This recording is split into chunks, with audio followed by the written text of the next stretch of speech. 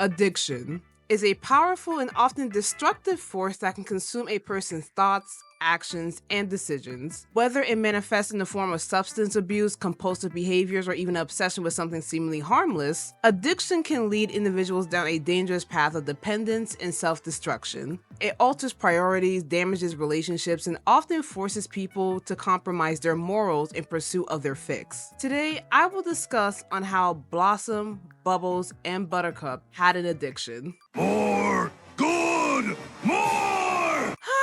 It's another beautiful day in Townsville, and of course, a kaiju monster is destroying the city while giving one building sloppy toppy. The mayor hits up the girls. Hey yo! There's a monster trying to eat me out, and not in the fun way. The girls easily give the monster a 3-piece combo beatdown. Their victory earns them a jar of candy from the mayor as a reward. After tasting the candy for the first time, the girls become euphoric, and their craving intensifies. More! Good! More! Why they look so high? The girls try to go for another round of candy, but the mayor snatches his property back and it's like, listen, you little heathens, this product doesn't come cheap. Y'all only say the day once today. What you think this is, a charity? The Powerpuff Girls concluded the more they save the day, the more candy they'll receive, waiting by the hotline for emergencies to go off. It's getting so bad, everything they see looks like candy. I don't need it. I need it! This extreme desire mimics the behavior of substance addiction, turning the candy into a symbol of an addictive drug. And get this, they only had the candy once. One time is all it takes. Buttercup is furious that the phone hasn't rung yet. Blossom explains there has to be a crime for them to be rewarded. Being the brainiac in the group, an idea dawns on her head. Skipping ahead to the city streets at night, the girls in the classic trench coat disguise in a shady alleyway are discussing unethical dealings with a stranger. In their desperation, they strike a deal with Mojo Jojo. I was rooting for you! We were all rooting for you! How dare you! The same Mojo Jojo that created your evil counterparts from nasty prison water? The same Mojo Jojo that be causing mayhem in the city weekly? Oh, how the mighty have fallen. The arrangement is simple. Mojo commits a crime, the girls apprehend them, and they receive candy as a reward. Simple, easy peasy. So, they have a whole montage of the girls clapping Mojo's cheeks and getting their drugs. Oh, I mean, getting their candy. Getting their candy! More! Good! More! However, they take it a step further by helping Mojo escape jail. Jail! Not the Powerpuff Girls committing a federal crime. By assisting Mojo in his jailbreak, they're ensuring an endless cycle of crime and candy rewards. This sequence is darkly comedic, but also reflective of systematic corruption, as the girls manipulate the justice system for their gain. It's sad, years later I realized the Powerpuff Girls were doing federal crime, abusing the legal system, putting innocent lives in danger, all for some candy. Honestly, I get it. I be the same way about trolleys. I know it's not good for me, and yet I keep going back for more. Mojo, while initially unaware of their scam, eventually realizes he is being used. What is normally a weekly ass beating turned into an hourly one. The girls pull up in the mayor's crib expecting more candy, but the mayor nonchalantly says, "Oh yeah, my precious product, Mojo stole it."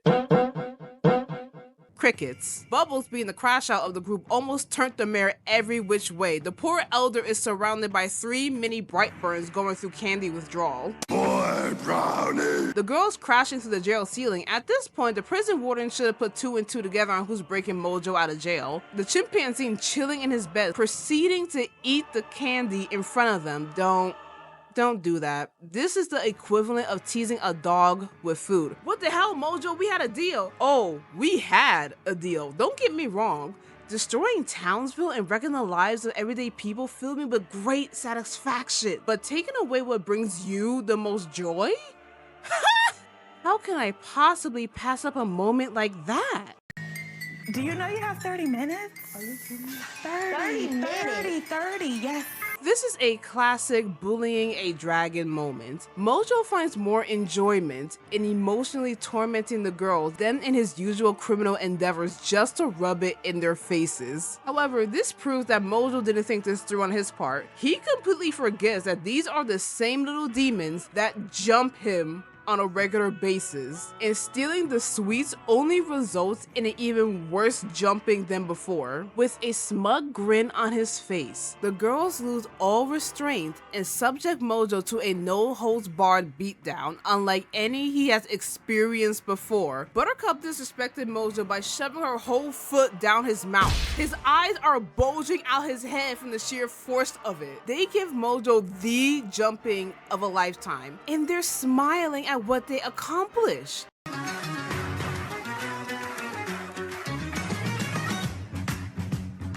What I will show you next is completely disturbing. People say the Brownie Rough Boys are the original YNs. Oh no, ladies and gentlemen, it was the Powerpuff Girls. His punishment is so severe, he's in the Peter Griffin pose. His clothes tattered, battered and bruised, his eyes are swollen purple, missing several teeth, all his fingers are fractured. Mojo may have started out as an accomplice in their scheme for candy, but now he's a victim. A crying mess, muttering,